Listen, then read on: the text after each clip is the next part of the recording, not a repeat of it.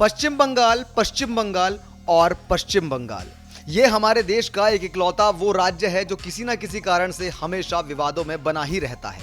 कभी राज्य में जातिवादी हिंसा को लेकर, तो कभी चुनावों में खुलेआम होती हुई धांधलेबाजी को लेकर।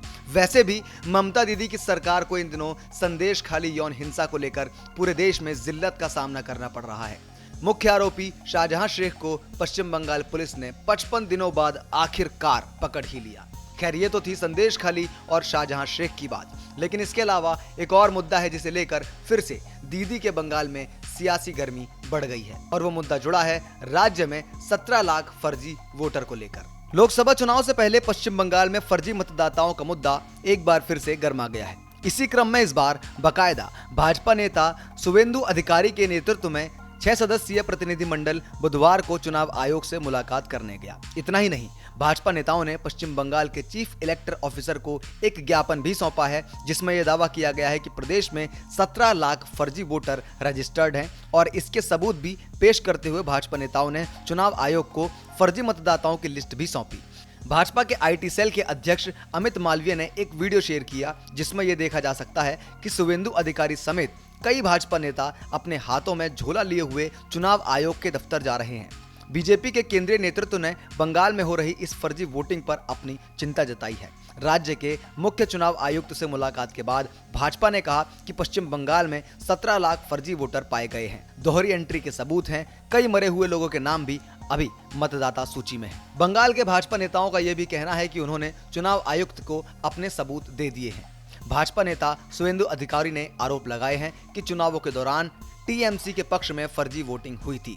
शुवेंदु ने कहा कि अफसोस की बात है कि फर्जी मतदाताओं के बाहर करने के आश्वासन के अलावा कुछ खास हासिल नहीं हुआ। व्यवहारिक तौर पर कोई कदम नहीं उठाया गया है। वोटिंग लिस्ट में करीब 17 लाख डुप्लीकेट नाम है। सबसे चौंकाने वाली बात तो यह है कि शुवेंदु अधिकारी ने दावा किया कि साल 2019 में हुए चुनावों के दौरान टीएमसी और भाजपा को मिले वोटों में करीब 17 लाख वोटों का ही अंतर था। शुवेंदु अधिकारी ने बताया कि उन्होंने चुनाव आयुक्त से प्रदेश की 42 लोकसभा सीटों पर गड़बड़ी से बचने के लिए 42 चरणों में वोटिंग कराने का आग्रह किया है। वहीं भाजपा के आईटी सेल के अध्यक्ष अमित मालवीय ने सोशल मीडिया पोस्ट में कहा, बंगाल भाजपा ने बंगाल में 17 लाख डुप्लीकेट मतदाताओं की सूची चुनाव आयोग को सौंपी, जिसमें नाम, संबंध नाम और उम्र बिल्कुल एक जैसी है।